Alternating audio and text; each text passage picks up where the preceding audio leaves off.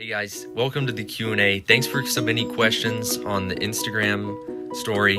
I really appreciate it. I'm gonna go to bed soon, so I gotta get up early for the long run tomorrow morning. So let's answer some questions.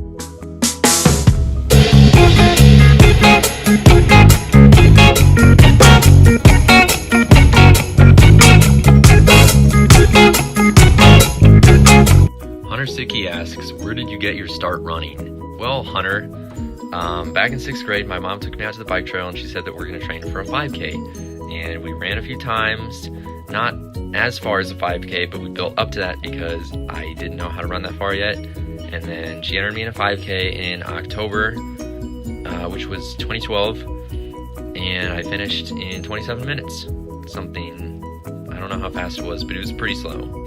Todd Baxter asks, you should tell a funny running story. The second track meet of the indoor season, freshman year 2016, we drove up with the team to the Centennial Charger indoor invite at the U of I Armory track. Coach had me in the 3200. I just raced the 4x800 and 1600 at our previous meet. We get there and we get the heat sheets for the race, and I'm in the third section of the 3200 with John Davis. So I finish the race and I get 6th place with a 10:08. John Davis, on the other hand, laps me, wins, and goes 9:21, and then finishes off the season ranked 10th in the US with an 8:51 that he ran at Arcadia. I don't remember what lap it was, maybe the 5th or 6th, but we came around the back stretch right across from where our team camp was. I don't know why I remember it, that exact moment in the race, but in the second heat, I was warming up, and I look over, and there's this one guy, and all his teammates are cheering him on, and they're just going bananas, and he does like one of these. And I was thinking, man, dude, I should do something and look at the crowd, and they're gonna like it, and they're gonna laugh at me. So I looked up at where they were, and I waved, and then John Davis lapped me, and coach got really mad after the race. And that's why I don't wave to the crowd anymore during a race, because it's really embarrassing and it makes you look hella stupid. Haley Allard asks, will you ever cut your hair ever again? Might not, we'll see when that happens. Holden Potter asks, how's your season going? The last 6 weeks have been about 65 to 70 miles, and the first race is on Saturday, so I guess we'll find out then. Kurt Brazzi asks, what are your goals for this track season? I want to break 9 minutes in the 3200, probably 4:15 for the 1600, and I'll see if I can break 2 in the 800.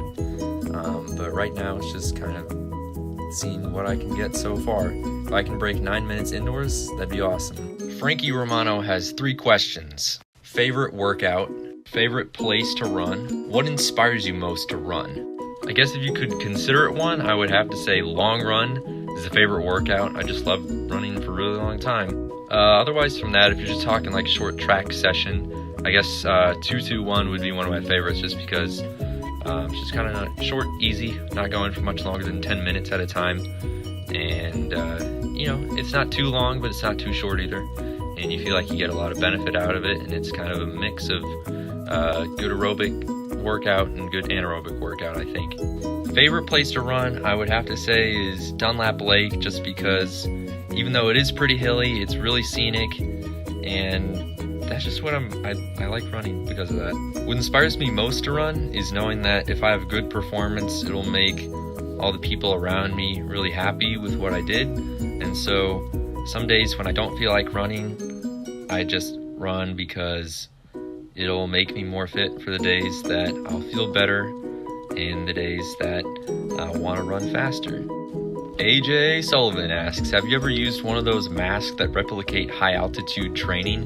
No, I've never used a high altitude replicating mask, just because I don't want to, and I probably won't ever use one. But most people, if they really care that much, they'll move to a place that is high altitude, like somewhere in the mountains in Colorado or Arizona or something. Xander Valdez asks, what do you think about running 2 times a day? I mean, if you really need to, you can, but it's easier just to run all of those miles at the same time and just get it done. Say someone's trying to go 91 miles a week, so that's exactly 13 miles a day for 7 days. And it's really hard to run just a half marathon almost every day.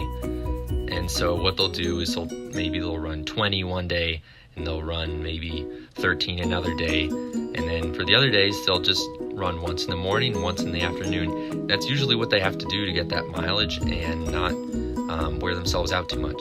I've tried running 2 times a day before, done it a few times, kind of works, but I usually only run about 70 miles a week, so most of what I need to do, I can get out of going once a day, so it doesn't really apply to me too much. Abby Schrobelgen asks, favorite running trail? Favorite running trail that's not a sidewalk has to be the Nickel Plate Trail. It goes from Richards Brickyard all the way up to New Douglas, so it's really long, and it's also pretty soft, and it's really pretty. That's all for today's video. If you want to like and subscribe, please do that. If you don't want to like and subscribe, don't do that. I don't care. Still got some ideas about what I want to do for another video. I'm thinking of doing a day in the life video, shoe unboxing, gear review. I got a lot of ideas for what I want to do. Just let me know, and I'll try to stay on top of that. See ya.